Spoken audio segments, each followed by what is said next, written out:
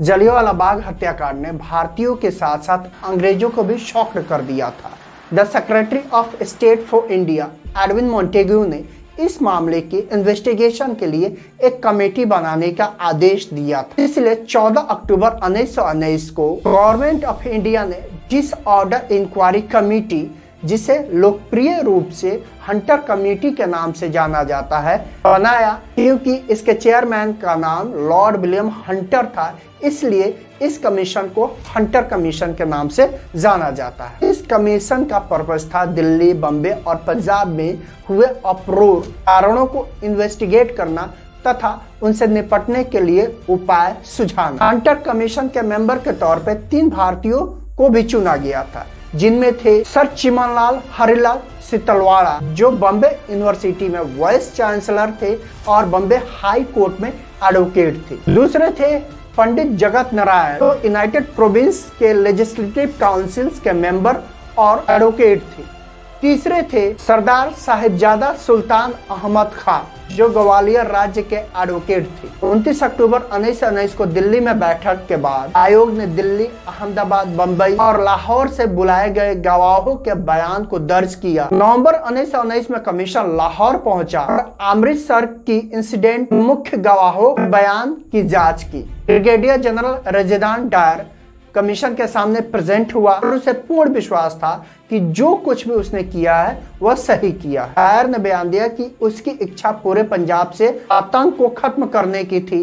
ऐसा करने से विद्रोहियों के मनोबल में कमी आई। डायर ने यह बताते हुए अपनी शान समझी कि यह हो सकता था कि बिना गोली चलाए वह भीड़ को तितर बितर कर देता, लेकिन फिर से विद्रोही आते और उसका मजाक बनाते, और ऐसा करके वह अपने आप को मूर्ख बनाना नहीं चाहता। उसने यह भी कहा कि गोली बरसाने के बाद उसने घायलों को ट्रीटमेंट के लिए ले जाने का प्रयास नहीं किया, क्योंकि यह उसकी ड्यूटी नहीं थी। डायर के बयान ने कमीशन के मेंबर्स के बीच नस्लवादी तनाव पैदा कर दिया। मार्च 1920 में कमीशन की फाइनल रिपोर्ट, जिसमें निष्पक्ष रूप से डायर के कृत्यों की निंदा की गई, उसमें कहा गया कि बाग में भीड़ को हटाने की कार्रवाई न करना एक भूल थी, और उससे भी बड़ी भूल थी कि लगातार और लंबे पीरियड तक गोली चलाना उससे भी बड़ी भूल। डायर द्वारा घटना को सफिशिएंट रूप से सही ठहराने की कोशिश की निंदा की गई और कहा गया कि डायर ने अपने अधिकार से बाहर जाकर इस घटना को अंजाम दिया। इसमें यह भी कहा गया कि जलियांवाला बाग में ब्रिटिश शासन को उखाड़ फेंकने का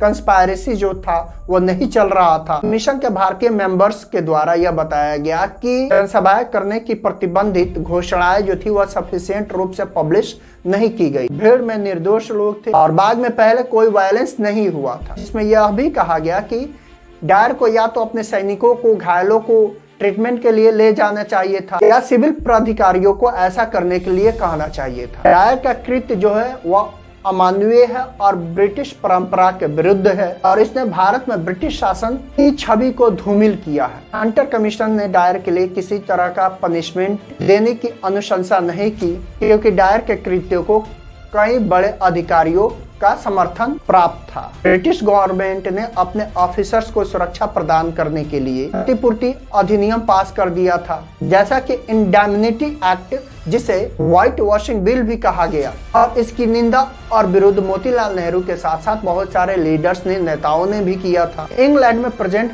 secretary of war Winston Churchill को इस रिपोर्ट की समीक्षा करने का कार्य सौंपा गया। हाउस ऑफ कॉमन्स में विंस्टन चर्चिल ने अमृतसर में घटी इस घटना की निंदा की और उन्होंने इस कृत्य को शैतानी कार्य कहा, और इनके साथ साथ कैबिनेट ने भी सहमति जताई कि डायर एक खतरनाक व्यक्ति है और उसे पद पर रहने नहीं दिया जा सकता है। डायर को उसके पोस्ट से हटा के कैबिनेट के डिसीजन को सेना परिषद को भेज दिया गया। फाइनली डायर को अपनी ड्यूटी गलत तरीके से निभाने के लिए उसे उसके पोस्ट से हटा दिया गया और इंग्लैंड बुला लिया गया। उसके विरुद्ध कोई कानूनी कार्रवाई नहीं की गई, उसे आधी सैलरी मिलती रही और उसे सेना का पेंशन भी दिया जाता रहा। डायर की पूरी तरीके से निंदा नहीं की गई और हाउस ऑफ लॉर्ड्स ने उसका पक्ष लिया और उसके पक्ष में एक प्रस्ताव पास किया। मॉर्निंग पोस्ट समाचार के अनुसार डायर के लिए 26,000 पाउंड्स की राशि जमा की गई और इस फंड में सबसे ज्यादा योगदान जो था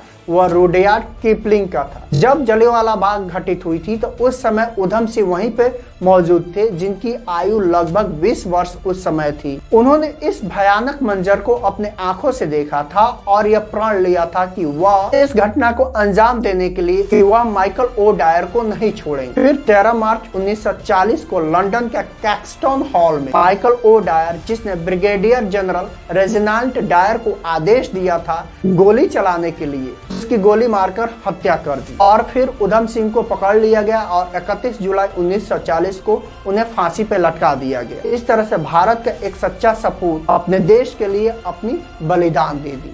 तो ये थे सारे डिटेल्स हंटर कमीशन के बारे में। इसके बारे में बार बार कंपटीशन में भी क्वेश्चंस पूछे जाते हैं और ऐसे भी क्वेश्चंस ऐसे 10th के लिए भी काफ़ी इंपॉर्टेंट क्वेश्चंस होते हैं। तो अगर आप नहीं जानते थे हंटर कमीशन के बारे में तो प्लीज़ यहाँ पे देखिए। इससे पहले मैं बताना चाहूँगा कि आप रॉलेट एक्ट और जलियांवाला बाग हत्याकांड को समझ लीजिए, उसके बाद से इस वीडियो को देखिए, आपको सारी चीज़ें आईने की तरह, शीशे की तरह क्लियर होती जाएगी। हंटर कमीशन के बाद अब हम असहयोग आंदोलन के नेक्स्ट वीडियो में बात करेंगे, जो काफ़ी एग्जामिनेशन प्रोस्पेक्टिव से इम्पोर्टेंट होने वाली है। तो प्लीज़ अगर आपको ये वीडियो अच्छी लगी हो तो वीडियो को लाइक करें, चैनल को सब्सक्राइब करें। अगर आप इस वीडियो को फेसबुक पर देख रहे हैं तो यूट्यूब पे जाएं और मैक्स सक्सेस क्लासेस को सब्सक्राइब करना ना भूलें। तब तक के लिए जय हिंद।